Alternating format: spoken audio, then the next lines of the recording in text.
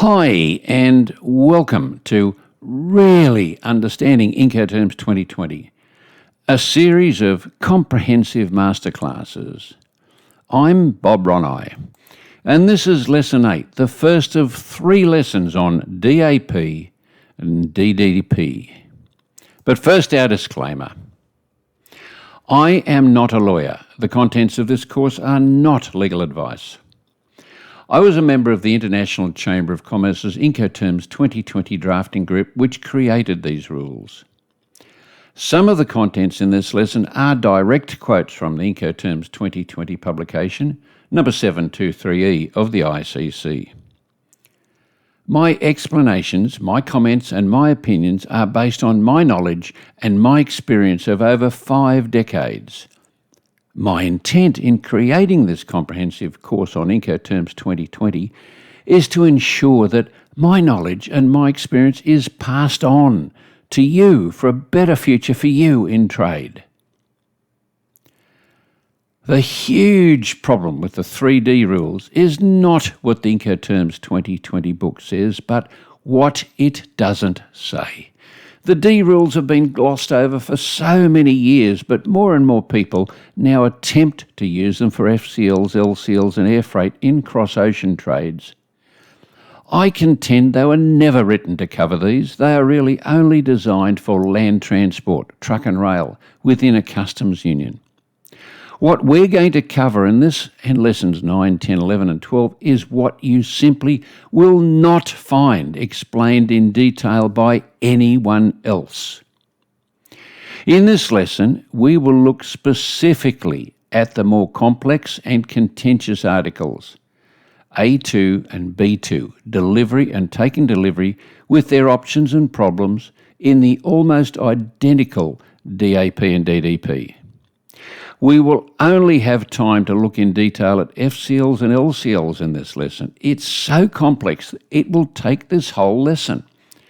The other modes of transport will follow in the next lessons, when we'll also look at A6 and B6, delivery and transport document, A9 and B9, allocation of costs, A10 and B10, notices, plus explain how DDP differs from DAP. That's A7 and B7, export and import clearance, and then letters of credit. As always, I will explain what the book says first, which is where other trainers and YouTube videos usually stop. But then I will examine the many issues arising from these articles as we go along. A2, delivery. The seller must deliver the goods by placing them at the disposal of the buyer on the arriving means of transport, ready for unloading, at the agreed point of any, at the named place of destination, or by procuring the goods so delivered. In either case, the seller must deliver the goods on the agreed date or within the agreed period. This rule covers any mode or combinations of modes. There's usually a choice of 2 destinations in practice, even though not even mentioned in the book. The less frequently used destination terminal and the much more common buyer's nominated premises. But can this rule always function for each mode of transport? Let's see. But first we need to understand a little bit more about containers. The IMO-ILO UNECE Code of Practice for Packing of Cargo Transport Units, the CTU Code of January 2014, is very clear that a container, cargo transport unit, is dealt with separately from the goods inside it. The container is not packaging of the goods, except in the rare cases of shipper or consignee-owned containers.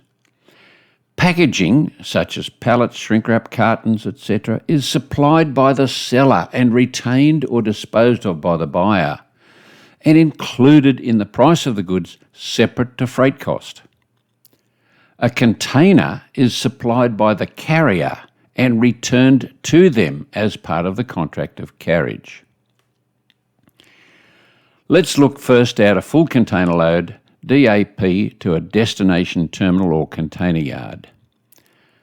The contract of sale should be very clear that from the moment the container arrives into the terminal, all terminal handling charges, storage, demurrage, detention are for the buyer, because when the container arrives into that terminal, it has been delivered.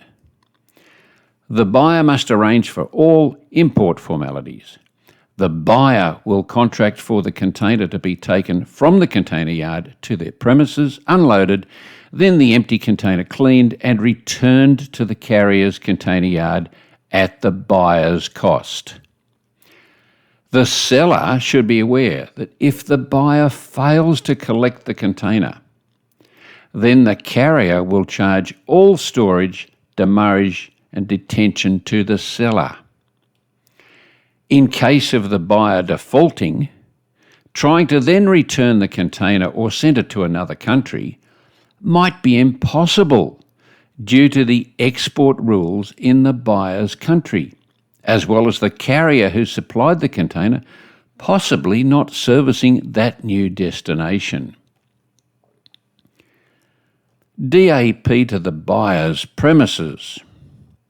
The contract of sale should be very clear, specifying a maximum time allowed in the container yard at the seller's expense, such as the free time, after which all storage, demurrage, detention are for the buyer. The buyer must arrange all import formalities. The seller pays terminal handling charges, other than the ones mentioned before, and must contract at its own cost for the container to then be taken from the container yard to the buyer's premises for the buyer to unload. The empty container must then be cleaned and returned to the carrier's container yard at the seller's cost. The contract of sale again should be clear that the buyer has a specific number of hours to unload the container, and any truck delay charges beyond that time and container detention are to be reimbursed to the seller. The seller should be aware that if the buyer fails to accept delivery of the container at their premises, then the carrier will charge all storage, demurrage, detention and trucking to the seller. In case of the buyer defaulting, trying to then return the container or send it to another country might be impossible due to the export rules in the buyer's country, and the carrier, as well as the carrier who supplied the container, possibly not servicing that new destination. A further complication is the coordination of the logistics at destination. 1. The seller's forwarder arranges for carriage from the origin into the destination container yard. 2. The buyer must arrange import formalities, usually via a customs broker or separately contracting via the seller's forwarder at the buyer's risk and cost. 3. The customs broker must know the identity of the seller's forwarder or their local agent's trucking company. 4. The customs broker then hands over any necessary container release documents to that local forwarder or agent or trucking company to obtain the container from the container yard. 5. The local agent of the seller's forwarder then contracts for trucking of the container from the container yard to the buyer's premises at the seller's risk and cost. 6. The buyer unloads the goods from the container and sweeps it out. 7. The seller is responsible for return of the empty container to the carrier's terminal. And 8. Any container detention charge will be billed by the carrier to the seller's forwarder, who will bill the seller, as it will also for any truck delay charges beyond an agreed time. FCL DAP destination port. This concept occasionally pops up from time to time. The buyer cannot arrange unloading of its containers from the vessel at the discharge port. The seller's contract of carriage invariably includes discharge of the container and its move into the container yard. There is no mechanism in container shipping for a buyer to pay for discharge of its containers. Logically, the carrier cannot have its vessel waiting in the discharge port for a buyer to arrange discharge of maybe one container. It's a crazy notion. LCL, DAP, Destination Terminal, the CFS. DAP is not appropriate for delivery at a CFS. This is because in DAP the buyer must unload. However, for an LCL, the goods will be unloaded from the consolidated container at the CFS, and this is included in the contract of carriage. Therefore, the DPU rule should be used for an LCL to a terminal. Less than container load, DAP buyer's premises. The contract of sale should be very clear, again specifying a maximum time allowed in the CFS. After availability of the goods at the seller's expense, that's free time, after which all subsequent storage, demurrage, detention are for the buyer. The buyer must arrange all import formalities, and the seller must contract at its own cost and risk for the packages of goods to then be taken from the CFS to the buyer's premises for the buyer to unload from the delivering vehicle. The contract of sale again should be clear that the buyer has a specific number of hours to unload the truck, and any truck delay charges beyond that time are to be reimbursed to the seller. The seller should be aware that if the buyer fails to accept delivery of the goods, then the carrier will charge all CFS storage and demurrage and detention and trucking to the seller. In case of the buyer defaulting, trying to then return the goods or send them to another country might be impossible due to the export rules in the buyer's country. There's still another problem to consider.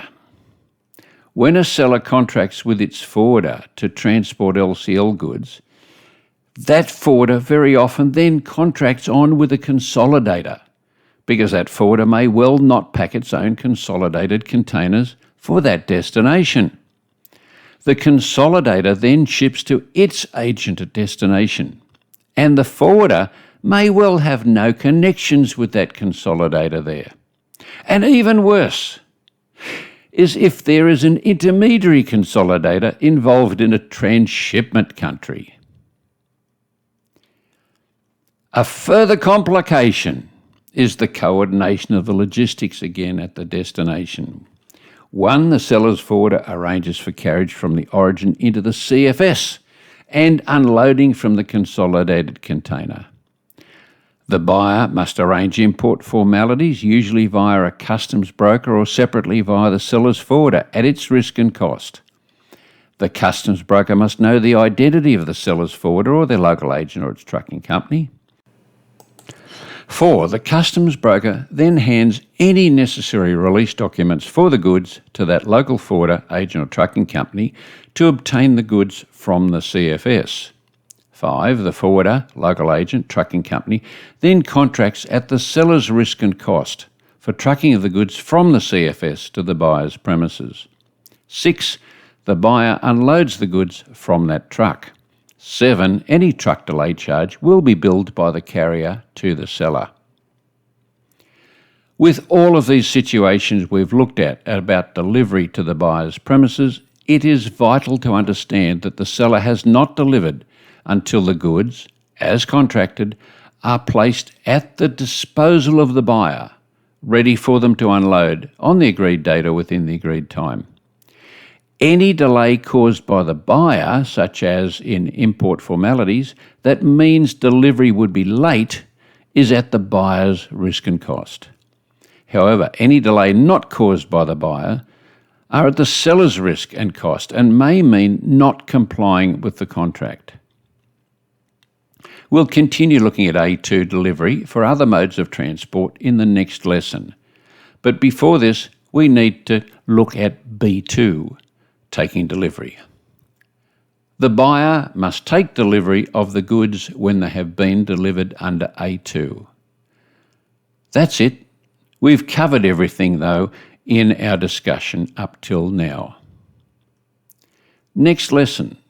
In the next two lessons, we will look at the other modes of transport, and we'll also look at A6 and B6, delivery and transport document, A9 and B9, allocation of costs, A10 and B10 notices, plus explain how DDP differs from DAP by looking at A7 and B7, export and import clearance, and A9 and B9, and then letters of credit.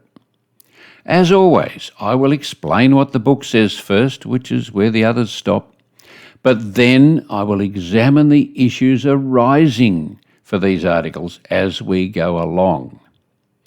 If you like this lesson, please click on the thumbs up button below. If you'd like to be alerted to each new lesson, please hit the subscribe button and the bell. And please feel free to leave any comments and questions relevant to this lesson below. Till next lesson,